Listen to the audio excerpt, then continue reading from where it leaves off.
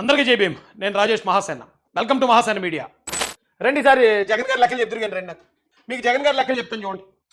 ఇది రాజశేఖర రెడ్డి గారి అఫిడవిట్ 2004లో. ఆయన ఇన్కమ్ ఎంత చూపించాడు చూపిద్దాం చూపిస్తాను రండి. మీకు డాక్టర్ వైఎస్ రాజశేఖర రెడ్డి 2003 నుంచి 4కి ఆయన ఇన్కమ్ 10 లక్షలు. 2004 నుంచి 5కి రూపాయి ఇన్కమ్ లేదట. అప్పుడు ఆయన ముఖ్యమంత్రి. 2004 నుంచి 5కి ఆయన ముఖ్యమంత్రి అయినా కూడా రూపాయి ఇన్కమ్ లేదని వేసాడు ఆయన. సరే, మీరు నమ్మారు, నేను నమ్మాను. ఏమంటే అదే టైంలో మీరు చూడండి, ఇగో విజయలక్ష్మి గారి ఇన్కమ్ ఎంత? 5,50,000 అటండి అంతే. ఇప్పుడు 2003 నుంచి 4కి కేవలం 5 లక్షలు. అదే టైంకి వైఎస్ జగన్మోహన్ రెడ్డి గారి ఇన్కమ్ ఎంత? 11 లక్షలు. ఆయనకి ఫిక్స్డ్ ఆస్తులు 36 లక్షలు ఉందంట అప్పటికి. ఇప్పుడు 2003 నుంచి 4 మధ్యలో జగన్మోహన్ రెడ్డి గారి ఆస్తి 36 లక్షలు మాత్రమే. అది కూడా ఫిక్స్డ్ అసెట్. ఇక షర్మిలా గారిది ఉంది, పక్కన పెడదాం. తర్వాత 2004కి వచ్చేటప్పటికి, అంటే అప్పటికి రాజశేఖర రెడ్డి గారు సీఎం అయిపోయారు, సీఎంగా ఉన్నారు. ఒక సంవత్సరంలో ఈయన ఇన్కమ్ ఎంత పెరిగిందంటే 6,64,00,000కి వచ్చింది. ఇదో 40 లక్షలు ఆస్తి చూపించాడు, మొత్తం 7 కోట్లు. ఎక్కడి నుంచి ఎక్కడికి వచ్చాడండి ఈయన? 36 లక్షలు అంటే 41 లక్షల నుంచి ఒక సంవత్సరంలో 6 కోట్లు అని చూపించాడు. పోనీ ఓకే, 7 కోట్లు అనుకుందాం. 2005లో సార్ ఇన్కమ్ 7 కోట్లు. 2004 నుంచి 5 ఆయన వేసిన అఫిడవిట్ అంటే ఏంటి? ఇది నిజం, ఇది నిజం కాకపోతే మీరు ఏ చర్యలు తీసుకుని నేను ఒప్పుకుంటాను, ఇది నిజం కాకుండా అబద్ధం అని ప్రూవ్ చేస్తే జైలు కూడా పోతాడు ఆయన. కేవలం ఎంత? 7 కోట్లు. మరి 2004లో 7 కోట్లు ఉన్న పెద్ద మనిషికి 2009కి వచ్చేటప్పటికి 72 కోట్లు అయింది. ఇక్కడ కనిపిస్తుందండి, ఇది 72 కోట్ల రూపాయలు 2009కి. మీరు చూడండి, ఇది అఫిడవిట్లో ఉంది, క్లియర్గా ఉంది. 2009కి 72 కోట్లు అయింది. 2014కి వచ్చేటప్పటికి 445 కోట్లు అయింది. 445 కోట్లు. తర్వాత 14కి వచ్చేటప్పటికి 416 కోట్లు అయింది. మళ్ళీ 19కి వచ్చేటప్పటికి 510 కోట్లు అయింది. 24కి వచ్చేటప్పటికి 757 కోట్లు అయిపోయింది. ముఖ్యమంత్రికి జీతం ఎంత? నెలకైతే 10 కోట్లు 20 కోట్లు అయితే ఇవ్వరు కదా. మరి ఎక్కడి నుంచి వచ్చాయి 757 కోట్లు? ఎక్కడి నుంచి వచ్చాయంటే ఇక్కడే రాశారు చూడండి మీకు. Beginning May 2004, Mr. YS Jaganmohan Reddy amassed huge wealth and started floating, acquiring various companies. 2004లో నాన్నగారు అధికారంలోకి వచ్చినట్టే కంపెనీస్ని మనోడు చేపట్టడం మొదలెట్టాడట. ఏ కంపెనీలు అండి అయ్యి? పేర్కొని రాశారు. Carmel Asia Holdings, Silicon Builders, Jagati Publications, Indira Televisions and Raghuram Cements, ఇంకేంటంటే భారతీ సిమెంట్స్, మొత్తం ఈ కంపెనీలట. వాళ్ళ నాన్నగారు అధికారంలోకి రాగానే వాళ్ళకి ఎలాగొచ్చే ఆస్తులు ఎలాగొచ్చాయి అనేది క్లియర్గా సిబిఐ ఛార్జ్షీట్లో ఉన్నాయి. 200 ఎకరాలు 500 ఎకరాలు వాడికి ఇచ్చేయడం, వాడి దగ్గర నుంచి కొంత డబ్బు తెచ్చి కంపెనీలో పెట్టుబడి పెట్టించడం. అప్పుడే సాక్షి టీవీ వచ్చింది, అప్పుడే భారతీయ సిమెంట్స్ వచ్చింది. ప్రతి కంపెనీ కూడా తక్కువలో తక్కువ ఈ రోజున 10,000 నుంచి 25,000 కోట్ల రూపాయల వాల్యూ. కంపెనీలన్నీ కంపెనీ పేరు మీద ఉంటాయి, వీళ్ళు జస్ట్ డైరెక్టర్లుగా ఉంటారు. కానీ ఏ లాస్ట్ ఎంత అఫీషియల్గా చూపించింది? ఇప్పటికీ 750 కోట్లే. అసలు 750 కోట్లు అనేది ఘోరం. కానీ దానికన్నా ఒక 20 రెట్లు ఎక్కువ ఉంటుంది ఆయన ఆస్తి. 20 రెట్లు ఉండొచ్చు, 50 రెట్లు కూడా ఉండొచ్చు. ఆయన 1,00,000 కోట్లు అని అప్పట్లోనే అనేవారు. ఆయన వాళ్ళ నాన్నగారు అధికారంలో ఉన్నప్పుడు 1,00,000 కోట్లు. ఆయన అధికారంలోకి వచ్చి 14 లక్షల కోట్లు అప్పు తెచ్చాను అన్నాడు. ఖర్చు పెట్టింది 2.5 లక్షలే. మరి ఎన్ని లక్షల కోట్లు ఆయన దగ్గర ఉంది ఎవరికి తెలుసు?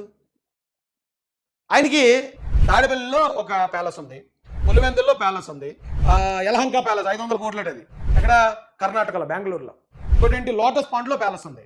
ఇవన్నీ అఫీషియల్ ప్యాలెస్లు, బెనామీ పేర్లు కాకుండా సొంతంగా. ఇది జగన్ గారి ప్యాలెస్లు అనే ప్యాలెస్లు అయ్యి 2009లో ఆస్తి 6 కోట్లు.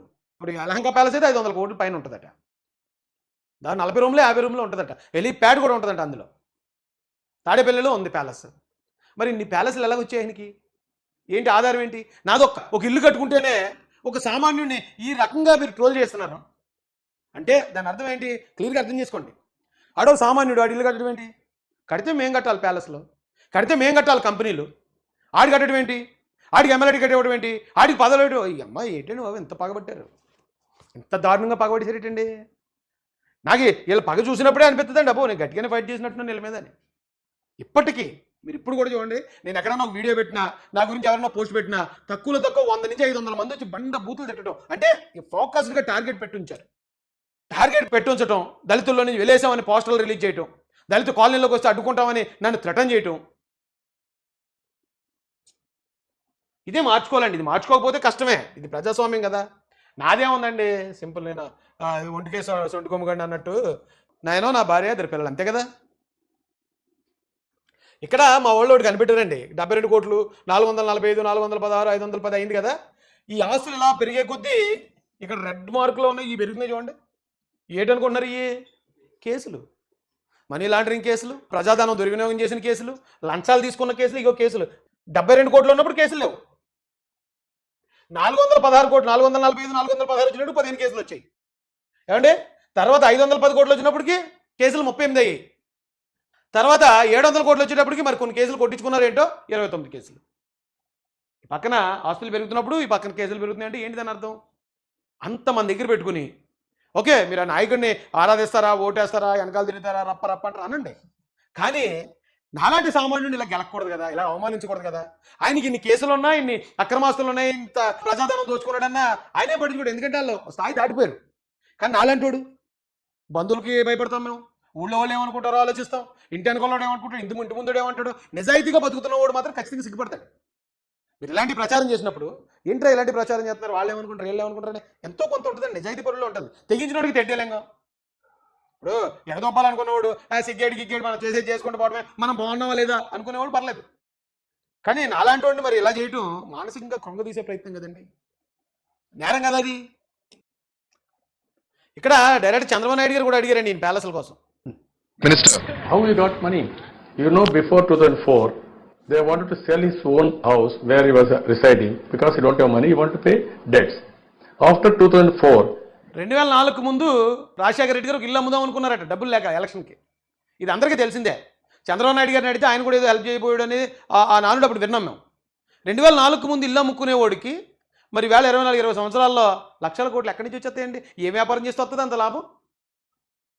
he constructed big house in 30 acres in Bangalore near airport. One more house they are constructing here in Lotus Pond. Pulivendra they construct houses. Udupalpaya they construct houses. Where you got all the money? Jagan loyalists in turn. అప్పుడే అన్ని ప్యాలెస్లు అన్ని కట్టించారట. 24 ముందు ఇల్లు అమ్ముకునేవాళ్ళు. అన్ని ప్యాలెస్లు ఉండి ఇన్ని లక్షల కోట్ల రూపాయలు సంపాదించిన వాళ్ళకి పేదోడు అడుగున ఒక చిన్న ఇల్లు అడ్డొచ్చిందా? ఆ చిన్న ఇల్లు మీద పాయింట్అవుట్ చేయాలా, దాని మీద ట్రోలింగ్ చేయాలా, మొత్తం వైసీపీ పేటీఎం బ్యాచ్ అంతా దాని మీద దిగి ఆ వీడియోలు ట్రోల్ చేస్తూ మమ్మల్ని అవమానించాలా? ఇది ఒకవేళ ప్రజలు నమ్మితే నమ్మొచ్చు, కానీ దేవుడు చూస్తూ ఊరుకోడు కదా. నీ కంట్లో దూలం పెట్టుకుని ఎదుటోడి కంట్లో నలిసి ఎతకొద్దన్నారు కదా. నేను ఎక్కడికి రమ్మంటే అక్కడికి వస్తాను, సాక్షికి రమ్మంటారా? నా లెక్కలన్నీ పట్టుకుని వస్తాను. జగన్ గారు లెక్కలు పట్టుకుని వస్తారా? ఎందుకే రెచ్చగొడతారు జనాల్ని? పార్టీలు అంటే పార్టీలా ఉండాలి. నేను ఏమైనా అక్కడ తప్పులు చేశానా, దందాలు ఏమైనా చేస్తున్నానా, ఎవరి దగ్గర డబ్బులు వసూలు చేస్తున్నానా, మీరు అలాంటివి ఏమైనా ఉంటే బయటపెట్టండి. అంతేగాని పర్సనల్ లైఫ్లోకి వచ్చేసి పర్సనల్గా కూడా ఎంత దారుణంగా బదనాం చేసేయాలి, సమాజంలో వీడికి వాల్యూ లేకుండా చేసేయాలి, పార్టీలో వాల్యూ లేకుండా చేసేయాలి, పార్టీలో అవకాశాలు రానివ్వకుండా ఈయన ఎలాగన్నా తప్పుడు వ్యక్తిగా చిత్రీకరించేయాలి. చంపడం ఒకటే చేయట్లేదు అంతే. వాళ్ళు మిగతా అన్నీ చేస్తున్నారండి వైసీపీ వాళ్ళు. దెయ్యం సినిమాలో ఎవరో ఒకరికి కనపడుతూ ఉంటుంది దెయ్యం. ఒరే దెయ్యం ఉందరా బాబు అని మిగతా వాళ్ళు చెప్పినా నమ్మరు. ఇక్కడ వైసీపీ కూడా ఒక దెయ్యంలా పీడించేస్తుందని పట్టుకుని రక్తం పీల్చేస్తున్నారు. 2 సంవత్సరాల నుంచి కాదు, నేను పోరాడిన దగ్గర నుంచి. ఓకే నేను ప్రతిపక్షంలో ఉన్నప్పుడు వాళ్ళ మీద పోరాడినప్పుడు అన్నిటికీ తెగించే చేశాను. అరే మేము అధికారంలోకి వచ్చిన తర్వాత కూడా ఇప్పుడు కూడా మనశ్శాంతి లేకుండా ఒక రక్త పిశాచు పట్టుకుని పీడిస్తున్నారు.